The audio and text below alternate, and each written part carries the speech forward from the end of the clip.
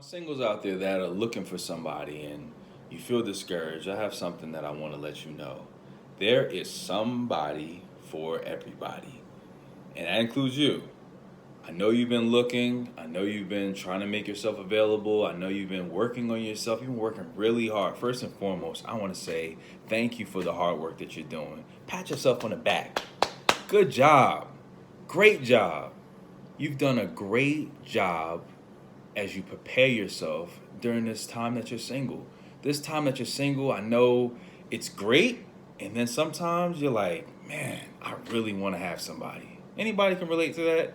Anyone that's single, can you relate to the fact that sometimes you're like, man, I'm good just by myself?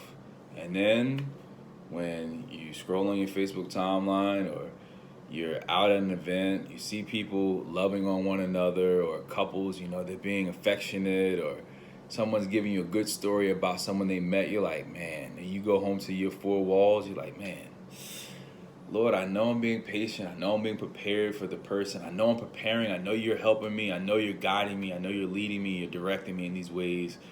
But man, I'm about ready for somebody to come my way. I'm ready. I'm ready. Wait, I'm not ready because you're preparing me. That's right. Yeah. Sometimes you got to remind yourself of that. But even in your preparation, even in you having your expectations of who your mate is or how they should be, I just want to encourage you that there's someone for everyone. Even when you feel like, man, I don't know if what I'm asking for is really for me. I had that mindset. I'm like, I'm looking for someone who has a level of attractiveness that based upon my preferences, and they're willing to be abstinent until marriage. And I was running into some really nice people, but they just didn't fit what I was looking for. And until I met Courtney, I'm like, wow, Lord, that's exactly it.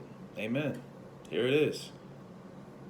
The moment that you really just say, Lord, I'm giving it to you. I'm relaxing. I'm developing myself. It gets lonely at night, and it's still lonely at night now. I'm abstinent. We're abstinent, so that's none of that's happening.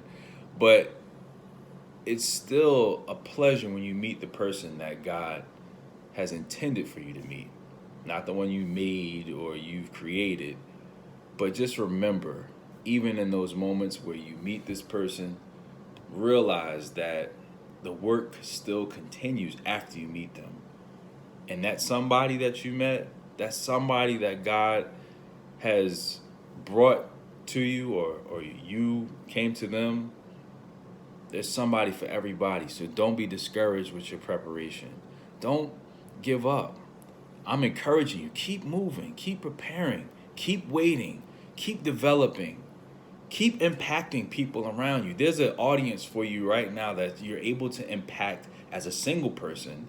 And then as you become a person that's in a relationship, and then a person who's married, a person who has children, a person who now is able to speak to all of those different phases now that you've been through all of them. Just keep impacting. Keep asking God to use you. Keep asking God to speak through you in those moments, to speak to those people that He's wanting you to impact in those levels. Don't for a minute give up, because that's what the devil wants you to do. He wants you to give up. He wants you to get distracted. Or I'm lonely. Or I'm okay with being single. I'm not okay with being single. I don't know if I'm enough. All of these different thoughts come through our mind in different phases, whether we admit it or not. Whether you're still there or you have been there. I've been there. That's what I'm telling you. I've been there. But don't give up, because there's somebody for everybody. And that person, just like you're preparing, they're being prepared for you as well. And in God's timing, in the right timing, you both will meet.